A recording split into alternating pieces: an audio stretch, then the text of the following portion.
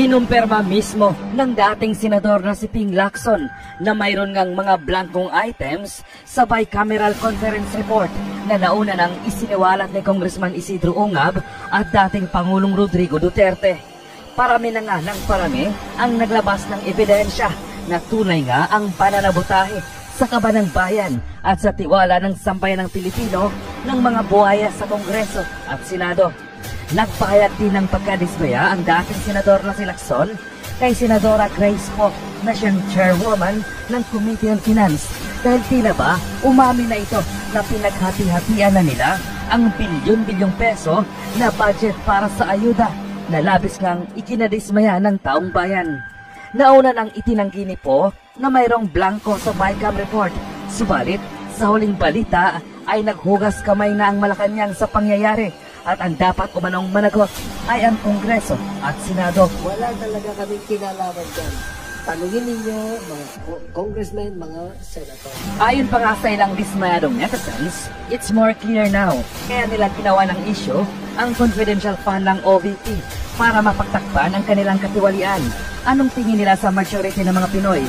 Kahapon lang ipinanganak, buti na lang ginawa nila yung sa OVP dahil doon sila lahat nabuking. Sila pala talaga ang may ginagawang anomalya. Ganyan Ping, sabihin kung ano ang totoo. Magtulungan para puksain ang mga kawatan na yan. Si Diti Sara ang sinisiraan nila. Yun pala, sila ang totoong magnanakaw.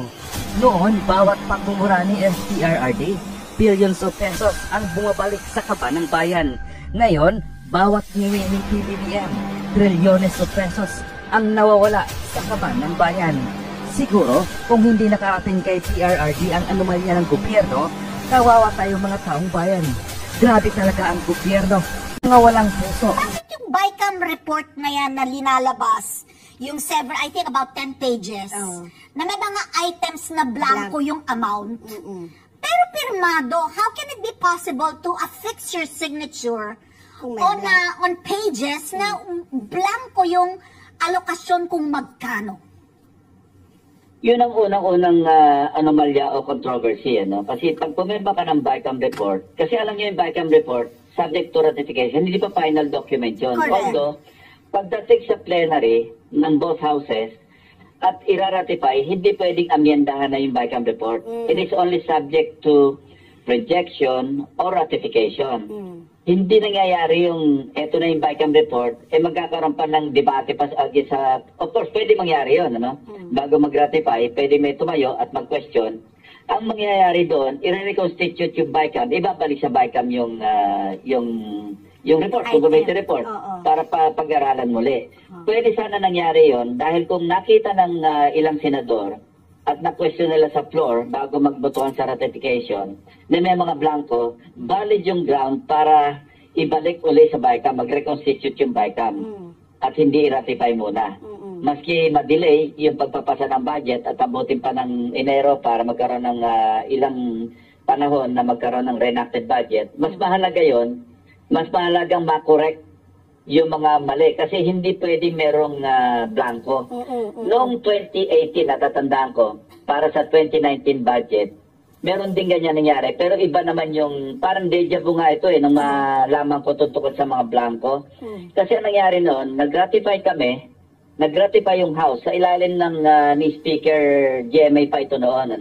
Napansin namin ng mga staff ko, teka muna, parang magkaiba yung na-ratify namin sa Senado, na yung ganun din ang na-ratify na para faithful reproduction yan ng BICAM report, yung enrolled bill. Pero nang nakita namin yung enrolled bill, bago na pirmahan ni Senate President Soto, nakita namin na teka muna magkaiba yata ito. Merong parang namamasyal na 75 billion pesos worth of different projects na nasama sa enrolled bill na hindi kasama sa ratified version o ratified BICAM report. So, pinurso namin ito. Pinagdigay alam namin kagad sa Malacanang.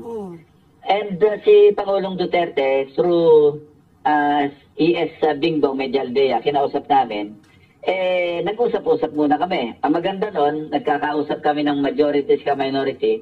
Nagpulong kami noon, Senate President Soto, Senator Drilon, ng minority bloc. si Senator Lauren Legarda, siya yung Finance Committee Chairperson, tapos si Senator Gringo Honasan. So, kinusulta namin kasi walang lawyer sa amin, kinusulta namin si Senator Frank. Ano magandang gawin ni SP rito? Kasi baka masisi naman siya kapag hindi niya pinirmahan yung enrolled bill, madidelay yung budget kasi Disyembre na yon. Maganda yung sinuggest ni Senator Drilon na parang i-annotate para bang i-qualify yung pagpirma. At yung ganun nga ginawa ni Senate President Tito Sen, na sinasabi niya doon sa pinirma niya, ang pinipirmahan ko lamang yung nakapaloob doon sa aming niratify na BICAM report. Hindi ko pinipirmahan yung enrolled bill mismo. Parang kinwalify niya. So, anong nangyari?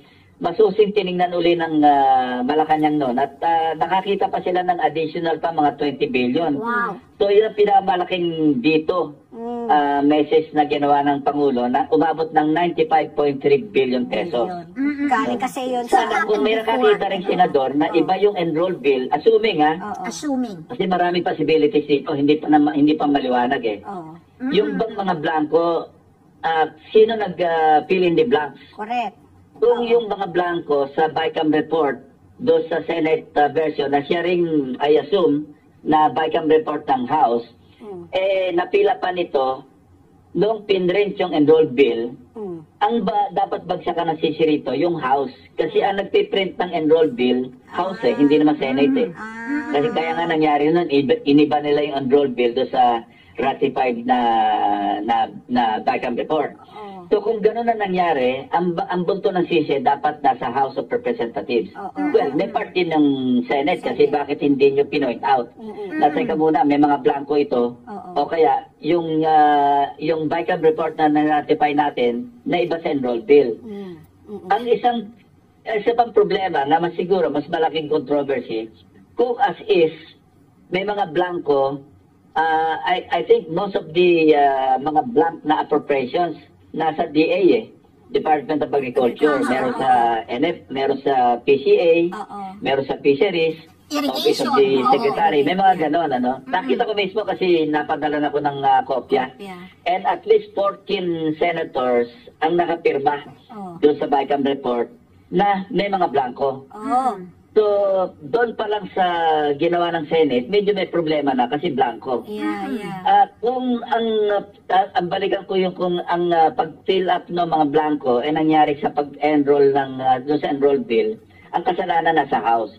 Pero kung naipasa yung enroll bill na i-transmit sa Malacanang, na may mga blanco pa rin, eh sino na nag-fill up ng mga blanks?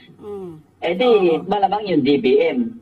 Or kung sino man yung mga ahensya pa na bago isumiti sa Pangulo para pirmahan yung mismong GAA, napilapan, pero ng executive branch. Mas anomalous yun kasi ang executive branch hindi pwede mag-amyenda. Pwede lang mag-veto, mag-line item veto, pero hindi pwedeng ibahin ng Malacanang kung ano yung tinransmit sa kanyang enrolled bill. Hindi pwede mag-amyenda. So yun ang dapat tingnan natin. Madali lang namang makita yan para ma-pinpoint natin yung responsibility. I-compare natin yung ratified BICAM report doon sa enrolled bill. And it's no joke. Kung pareho yun at may blanco rin sa enrolled bill, lahat may kasalanan. Both legislative at saka executive.